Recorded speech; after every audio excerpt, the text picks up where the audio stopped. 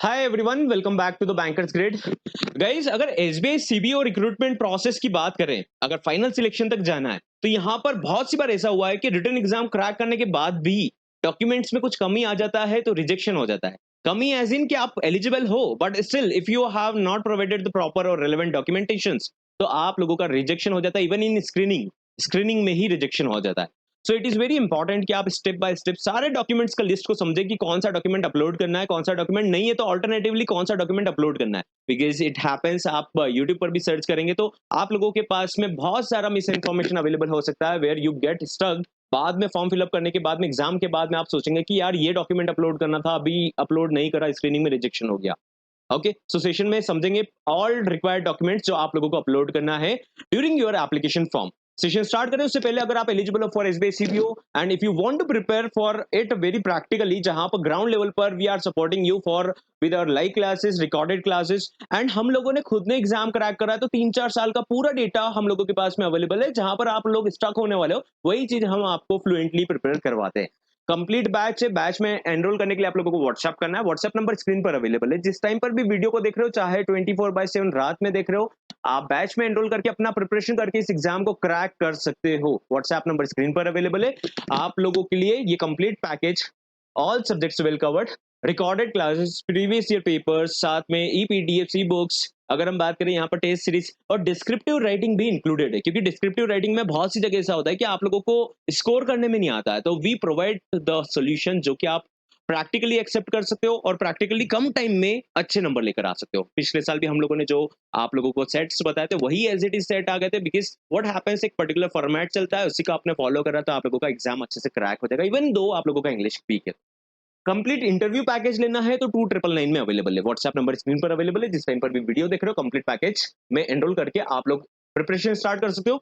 Also आप लोगों को डॉक्यूमेंटेशन पर जो भी इशू आएगा ना, तो वहां पर आप लोगों के लिए अवेलेबल रहता है व्हाट्सएप ग्रुप। आप लोगों का साथ में कैंडिडेट्स का, बहुत सारे कैंडिडेट्स ऑलरेडी प्रिपेयर कर रहे हैं, उनके साथ में ग्रुप में आप चैट करके कुछ रिजोल्यूशन ले सकते हो। ठीक है, सपोज करता है आप आईसीआईसीआई बैंक में हो, एक्सिस बैंक में हो, कैसे लेना है डॉक्यूमेंट, सब कुछ आप लोगों को एक दूसरे का सपोर्ट अवेलेबल हो जाएगा। तो व्हाट्सएप ग्रुप भी अवेलेबल है जो एनरोल्ड बैच है उसके अंदर।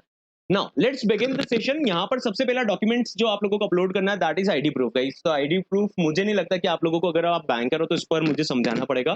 आईडी प्रूफ हो गया। और अगर हम बात करें कि proof of date of birth, तो इस पर भी मुझे नहीं लगता कि आपको कुछ अपलोड करना पड़ेगा। यहाँ पर आप लोग 10th का मार्कशीट सर्टिफिकेट अपलोड कर सकते हो। अगर हम बात करें यहाँ पर job profile letter, I hope आप लोगों को विजिबल है। नहीं विजिबल है तो वन बाय वन समझना, लेकिन please do not make any mistake, है ना, इसमें कुछ भी मिस्टेक नहीं करना है। आप बैच में एनरोल्ड हो, इसको प्रॉपर्ली समझना। सिंपल सिंपल डॉक्यूमेंट्स, अभी यहाँ पर OBC certificate, SC ST certificate, EWS certificate, ये सब रिक्वायर्ड नहीं है। उनके ऊपर हम सेपरेट सेशन में बात करेंगे। उसका फॉर्मेट जो है मैं आप लोगों को शेयर करवा दूंगा। Now let's understand job profile letter, है ना। यहाँ पर एक बार देख लो, आप फॉर्म फिलअप करोगे तो आप लोगों को ऐसा विंडो ओपन होगा जहां पर आपको वन बाय वन पीडीएफ में अपलोड करना रहेगा डॉक्यूमेंट्स, है ना। जॉब प्रोफाइल लेटर, फिर रेज्यूमे रहेगा, फिर एजुकेशनल सर्टिफिकेट्स कौन सा अपलोड करना है, एक्सपीरियंस सर्टिफिकेट में क्या करना है, फॉर्म 16 नहीं है तो क्या करना है, फॉर्म 16 के कौन से ईयर का अपलोड करना है, salary slips and thumb impression, ये सब। Now let's begin the session. जल्दी से क्विकली समझते हैं। आईडी प्रूफ में आप लोग आपका डॉक्यूमेंट अपलोड कर देंगे। प्रूफ ऑफ डेट में मुझे नहीं लगता आपको समझाने का जरूरत है। Now let's begin the session with job profile letter. सबसे इंपॉर्टेंट डॉक्यूमेंट है ना, इसी के ऊपर सभी का आर्ग्यूमेंट आता है। लेकिन मैं आपको एक यहाँ पर एसबीआई रिक्रूटमेंट प्रोसेस में एक इंपॉर्टेंट इन्फॉर्मेशन बताता हूँ। दैट इज की गाइस, यहाँ पर क्या होता है कि जॉब प्रोफाइल लेटर आपने अगर नहीं भी दिया, ऑल्टरनेटिव भी दे दिया, तो भी आपको इंटरव्यू के टाइम पर तो देना पड़ेगा। इंटरव्यू के टाइम पर भी नहीं दे पाते तो ज्वाइनिंग से पहले देना पड़ेगा। तो दैट्स व्हाई आप लोगों को इसको अरेंज करना है। क्या है अरेंज करना है, क्या होता है जॉब प्रोफाइल लेटर? अभी आपको लगता है कि सर हम रिलीविंग लेटर अपलोड कर दे क्या, एक्सपीरियंस लेटर अपलोड कर दे क्या? बिल्कुल नहीं। जॉब प्रोफाइल लेटर में एक डिफरेंस आता है। जॉब प्रोफाइल लेटर का जो फॉर्मेट रहता है वो एकदम एग्जैक्ट नहीं है, बट यहाँ पर क्या रहता है कि आपका डेजिग्नेशन और डेट ऑफ ज्वाइनिंग तो रहता है। आप जो फॉर्मेट देते हो ना, जो आप जॉब प्रोफाइल लेटर बनवाते हो, वहां पर आपका ग्रेड लिखवा देते हो और जॉब रोल लिखवा देते हो, बट डे टू डे काम क्या करते हो ये मेंशन नहीं रहता। ठीक है, तो वहां पर क्या मेंशन होना चाहिए, डेली जॉब रिस्पॉन्सिबिलिटी। सपोज करते हैं आप रिलेशनशिप मैनेजर हो, तो आप डे टू डे क्या काम कर रहे हो वो आपका रोल एंड रिस्पॉन्सिबिलिटीज मेंशन होना चाहिए। आपका इंटरनल जॉब वॉच जो होता है, वहां पर जो पोस्टिंग आती है, सेम वहां से भी आप उठाकर लिख सकते हो उसको, और उसको साइन करवा सकते हो आपके लाइन मैनेजर से। ठीक है, लेटर हेड पर आपको लाइन मैनेजर से साइन करवा लेना है। अगर आप प्रीवियसली रिलीव्ड हो चुके हो, मतलब आप पहले कहीं और काम करते थे, अब रिलीविंग हो चुका है, तो उस केस में तो आप एचआर से माँग सकते हो, है ना? वहाँ पर मेल करोगे आपकी रिलीविंग टीम को, तो ऑब्वियसली आप लोगों को वहाँ पर क्या होगा, उनके फॉर्मेट में जॉब रोल आपको मिल जाएगा। वहाँ पर बताना पड़ेगा कि क्यों चाहिए, आप बता दोगे एसबीआई के लिए अप्लाई करना है, that's why it is required for you. तो उस केस में आपको ईज़िली अवेलेबल हो जाएगा। 7, 8, 10 दिन का टाइम लगता है, दैट्स व्हाई मंडे को ही मेल कर देना। किसको करोगे? अपने प्रीवियस एचआर को, ठीक है? प्रीवियस एचआर को। सर अभी भी अवेलेबल नहीं हो पा रहा, फॉर्म फिलअप करने का लास्ट डेट 29th है। तो इस केस में अभी थोड़े दिन वेट करो, जॉब प्रोफाइल लेटर के लिए पहले हाथ पैर लगा लो, चला लो, उसके बाद में नहीं मिलता है तो फिर उसके बाद अल्टरनेटिव डॉक्यूमेंट्स पर बात करेंगे, बट अभी फॉर्म फिलअप मत करना इन केस आपके पास जॉब प्रोफाइल लेटर नहीं है तो, ठीक है? जॉब प्रोफाइल लेटर में अगर आप करंटली वर्किंग हो, आप क्या करना है, आपको लेटर हेड पर आपके लाइन मैनेजर से सील साइन करवाना है। क्या लिखवाना है उसके ऊपर? आपका नाम, designation to whomsoever it may concern, ये सब करवा के डेट ऑफ जॉइनिंग और डेली जॉब रिस्पॉन्सिबिलिटी क्या है उस पर सिग्नेचर सील साइन करवा लेना। बस ये करवा लिया। डेली जॉब रिस्पॉन्सिबिलिटीज मतलब आपको एक्विजिशन करना है, करंट अकाउंट, सेविंग्स अकाउंट करना है, ऑपरेशंस के लिए रिस्पॉन्सिबल हो, एसेट के लिए रिस्पॉन्सिबल हो, कलेक्शन के लिए रिस्पॉन्सिबल हो, थर्ड पार्टी प्रोडक्ट्स के लिए रिस्पॉन्सिबल हो। ये सारा जॉब रोल आप लोगों को मेंशन करवाना है। अगर ये मेंशन नहीं करोगे तो फिर प्रॉब्लम आएगा, ठीक है? बाद में आप लोग सोचेंगे सर हमारा स्क्रीनिंग में रिजेक्शन हो गया। ये job role job profile letter जिसका अपलोड हो जाता है उनका रिजेक्शन नहीं होता है। बहुत सारे कैंडिडेट्स ऐसे हैं कि जो particular job suitable job role में काम कर रहे हैं, जॉब प्रोफाइल लेटर नहीं दे पाए थे, तो उनमें से किसी को तो सिलेक्ट कर लिया स्क्रीनिंग में, किसी को रिजेक्ट भी कर देते डायरेक्टली, बिना देखे भी रिजेक्शन हो जाता है। दैट्स व्हाई उस भरोसे मत रहना कि सर हम अल्टरनेटिव डॉक्यूमेंट अपलोड कर देंगे तो हमारा शॉर्ट चांसेस हो जाएगा क्या? क्योंकि आप रिटन एग्जाम बहुत मेहनत से दोगे, उसके बाद में आपका स्क्रीनिंग के बाद में रिजेक्शन हो जाएगा। इंटरव्यू कॉल आएँगे तो आप लोगों का कॉल नहीं आएगा, फिर आपको लगेगा सर हमारा रिजेक्शन क्यों हुआ? फिर आप आरटीआई फाइल करोगे, उसमें लिखा हुआ आ जाएगा कि आपका जॉब प्रोफाइल लेटर अपलोडेड नहीं था। तो दैट्स व्हाई आप लोगों को क्या करना है, जॉब अपना name, designation, date of joining, daily job responsibilities जो डे टू डे वर्क करते हो उनको कम से कम 3-4 लाइन तो लिखो। क्या काम करते हो? उसका फॉर्मेट भी मैं आप लोगों को दे दूँगा, बट स्टिल आप लोगों को ये अरेंज करना है। किससे अरेंज करना है? अपने लाइन मैनेजर से साइन करवा लो। आई अंडरस्टैंड कि आप करंटली वर्किंग हो तो एचआर साइन करके नहीं देंगे। तो अपने लाइन मैनेजर से या फिर आप ग्रुप में जॉइन करोगे, बैच में जॉइन करोगे तो ग्रुप में चैट कर लेना, आप लोगों को ईज़िली अवेलेबल हो जाएगा कहाँ से क्या किस बैंक में एक्सेस करना है। तो आप लोग जॉब प्रोफाइल लेटर ज़रूर बनवाना क्योंकि अभी आपने बायपास कर दिया इस प्रोसेस को, तो बाद में भी देना पड़ेगा, इंटरव्यू में भी यही लफड़े होंगे। उसके बाद में आप सिलेक्ट हो भी गए, तो भी आप लोगों से अंडरटेकिंग लेकर तो जॉब प्रोफाइल लेटर दिए बिना आपको जॉइनिंग करने नहीं देंगे। तो लेट्स गेट इट अभी के अभी, क्योंकि आप बाद में प्रिपरेशन करोगे फॉर्म फिल अप करने के बाद तो हमेशा का टेंशन बना रहेगा कि स्क्रीनिंग में रिजेक्शन ना हो जाए। बहुत सारे कैंडिडेट्स रिजेक्ट होते एलिजिबल होने के बाद भी। तो ये आप लोगों को करवाना है। अगर आप पहले जॉब छोड़ चुके हो, तो आपका जो रिलीविंग लेटर रहता है, उसको अपलोड करके ये मत बोलना कि सर ये जॉब प्रोफाइल लेटर पर काम करेगा क्या? पूरी बात ढंग से सुनना मेरी। यहाँ पर जो पुराना रिलीविंग लेटर है, वो काम नहीं करेगा। जॉब रोल में मेंशन होना चाहिए डेली जॉब रिस्पॉन्सिबिलिटीज़ जो आप डेली काम करते हो, ठीक है? जो जॉब रोल आप मेंशन करोगे, वही आप लोगों का वहाँ पर काम आएगा। उसी के थ्रू आप लोगों का स्क्रीनिंग होगा।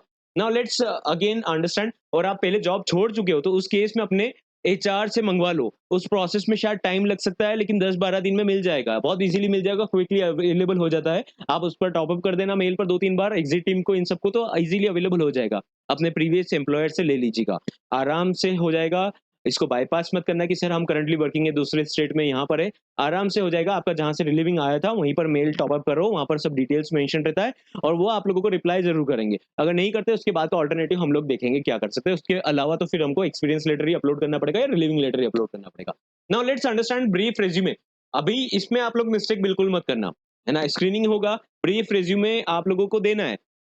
इसको लाइटली इंक्लूड मत कर लेना, जैसे कि अगर आप टेलर प्रोफाइल पर हो, तो ये मत सोचना कि टेलर प्रोफाइल का आपने काम लिख दिया है यहाँ पर, इसको पर्टिकुलरली जनरल बैंकिंग ऑफिसर जैसा ही बनाना, है ना? जनरलिस्ट ऑफिसर जैसा ही बनाना, जहाँ पर आप लोगों का थोड़ा-सा रोल प्ले हो जाए, है ना? जनरलिस्ट ऑफिसर जैसा बनाना, नॉट लाइक क्लर्क। तो इसको रिज्यूमे को प्रॉपर हाइलाइट करना, एक्सपीरियंस हाइलाइट करना, डेजिग्नेशन हाइलाइट करना, रिस्पॉन्सिबिलिटीज हाइलाइट करना, अचीवमेंट्स को हाइलाइट करना, सर्टिफिकेशंस को हाइलाइट करना। तो ब्रीफ रिज्यूमे प्रॉपर बनाकर ही अपलोड करना। इसका भी फॉर्मेट आपको लगेगा तो मुझसे पूछ लेना, टीम में आपको फॉरवर्ड कर देंगे आज शाम तक या कल तक। तो इस फॉर्मेट के बेसिस पर अपना रिज्यूमे बना लेना। ये बहुत इंपॉर्टेंट रोल प्ले करेगा स्क्रीनिंग में, क्योंकि उस टाइम पर तो इनके पास में क्या रहेगा, आपका बायोडाटा फॉर्म रहेगा, तो उससे तो वो आप लोगों का इंटरव्यू ले लेंगे। लेकिन ये रिज्यूमे के बेसिस पर, जॉब प्रोफाइल लेटर के बेसिस पर उनको जॉब प्रोफाइल लेटर से समझ में नहीं आएगा, तो क्विक आपका प्रोफाइल यहीं से चेक करेंगे वो, कि आपने क्या काम करते हो, क्या एक्सपीरियंस है, क्या नहीं है, तो इसके बेसिस पर भी स्क्रीनिंग होता है। दैट्स व्हाई इसको प्रॉपर्ली अपलोड करना, रश करके फॉर्म फिल अप मत करना। Now moving forward, educational certificates. अभी यहाँ पर क्वेश्चन आता है सर हम कौन सा सर्टिफिकेट अपलोड करें, क्या करें, क्या नहीं करें? तो यहाँ पर लिखा है देखो, ऑल ईयर, सेमेस्टर मार्कशीट्स, ये सब आप लोगों को अपलोड कर सकते हो। तो आपको क्या करना है, खाली डिग्री अपलोड मत करना गाइस, यहाँ पर मार्कशीट्स अपलोड कर सकते हो। ठीक है, मार्कशीट्स। और कैसे करना है? मर्ज करना। ठीक है, मर्जिंग के सॉफ्टवेयर्स ऑनलाइन अवेलेबल है। आप लिखोगे मर्ज पीडीएफ, तो पहले पीडीएफ आपका जो रहेगा उसको पीडीएफ में कन्वर्ट करना, मर्ज पीडीएफ कर लेना। सारा फाइल है ना, सर्टिफिकेट, डिग्री, डिग्री नहीं है तो प्रोविजनल काम चल जाएगा, तो प्रोविजनल डिग्री कर देना, सर्टिफिकेट्स अपलोड कर देना, सारा 10-12 सब कुछ कर दो आप तो उसमें मर्ज। अब यहाँ पर प्रॉब्लम क्या आएगा, जब आप मर्ज करके अपलोड करने जाओगे, सिंगल फाइल रहेगा, ये मत बोलना कि सर सिंगल पीडीएफ ही ले रहा है। आपको सारा मर्ज करना है। मर्ज करने के बाद में उसका नेम सही रखना, नेम गलत कर देते हो तो भी एक्सेप्ट नहीं करता है, नेम पर ध्यान देना। उसके बाद में क्या रहेगा, साइज के ऊपर प्रॉब्लम आ जाता है। कभी आपका फाइल बड़ा हो गया ना, तो उसको क्या करना है आप लोगों को, उसको आपको करना है कंप्रेस। क्या करना है? कंप्रेस। जो भी रिक्वायर्ड स्टोरेज है, साइज है, उसके बेसिस पर आपको उसको कंप्रेस करना है। तो उसके भी टूल्स अवेलेबल है, कंप्रेस पीडीएफ ऑनलाइन गूगल पर सर्च करना, अपना डेटा अपलोड करना, तो वो कंप्रेस कर देगा, उसके बाद अपलोड कर देना। ठीक है, तो ये पोर्शन पर भी कोई मिस्टेक नहीं होना चाहिए। मुझे नहीं लगता कि इसके बाद आपको इसमें कुछ इश्यूज रहेगा। अब बात करते हैं experience, appointment letter, offer letter की।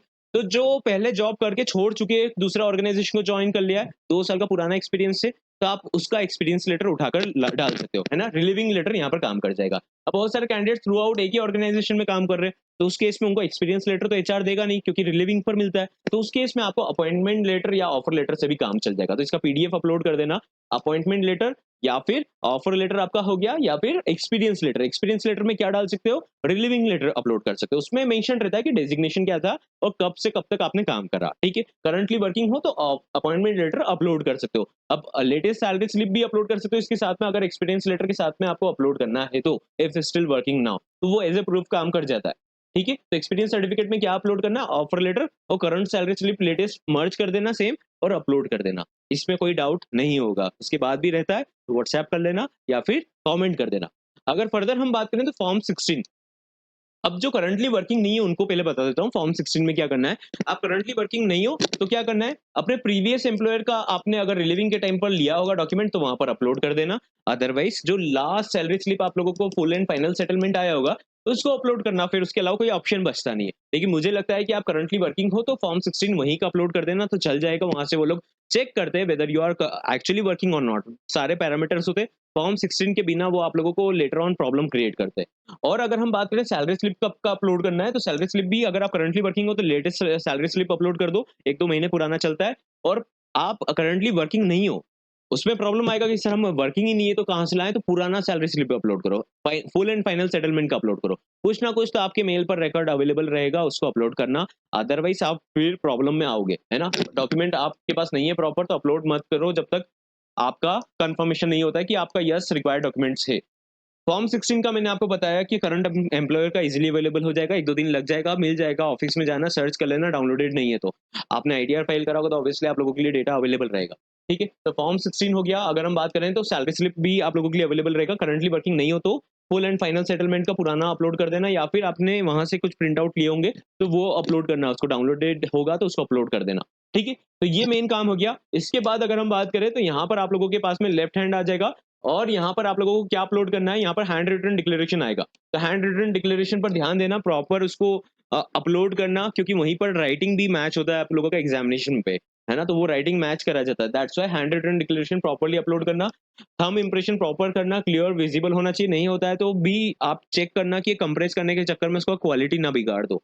ठीक है, तो फाइल नेम का ध्यान रखना, जो भी आप फाइल अपलोड करोगे वहां पर प्रॉब्लम आता है कि आपका एक्सेप्ट नहीं हो रहा है, तो जो रिमार्क आता है ना उसको पढ़ना एक बार कि क्यों एक्सेप्ट नहीं हो रहा है। वहां पर लिखा रहेगा एक्सटेंशन गलत है, ये गलत है, तो एक्सटेंशन सही अपलोड कर देना, उसके बाद अपलोड हो जाएगा। That's all in the session. मुझे लगता है कि मैंने आप लोगों को कंप्लीट डिटेल दे दिया है, जॉब प्रोफाइल लेटर हो, एक्सपीरियंस लेटर हो, आपका कास्ट सर्टिफिकेट, इन सब के बारे में बाद में बात कर लेंगे अगर रिक्वायरमेंट होगा तो। अभी ये डॉक्यूमेंट के ऊपर बात करते हैं, बिकॉज ये डॉक्यूमेंट आपको रेडीली करना है, रेडीली अवेलेबल रखना है आप लोगों के लिए। अगर फॉर्म फिलअप कर दिया है तो भी ध्यान रखना कि कुछ मिस्टेक हो गया तो वापस से रिफिल कर लेना। ठीक है, जो लेटेस्ट फॉर्म रहता है वो काउंटेड होता है। तो ये सब चीज़ों का ध्यान रखना कि आपके ब्रीफ रिज्यूमे में सब कुछ मेंशन्ड हो। अगर हम बात करें जॉब प्रोफाइल लेटर का, तो जॉब प्रोफाइल लेटर में day to day job role mention होना चाहिए। इसके अलावा प्रिपरेशन स्टार्ट कर दो, प्रिपरेशन स्टार्ट नहीं करा, बैच जल्दी रिज्यूम होने वाला है, तो आप लोगों को व्हाट्सएप करना है। व्हाट्सएप नंबर स्क्रीन पर अवेलेबल है, जिस टाइम पर भी वीडियो देख रहे हो, प्रैक्टिकल तरीके से रियल एग्जाम पैटर्न के ऊपर आप प्रिपेयर करके अपना बेस्ट शॉट दे सकते हो, क्योंकि एसबीआई सीबीओ में अच्छा वैकेंसी है।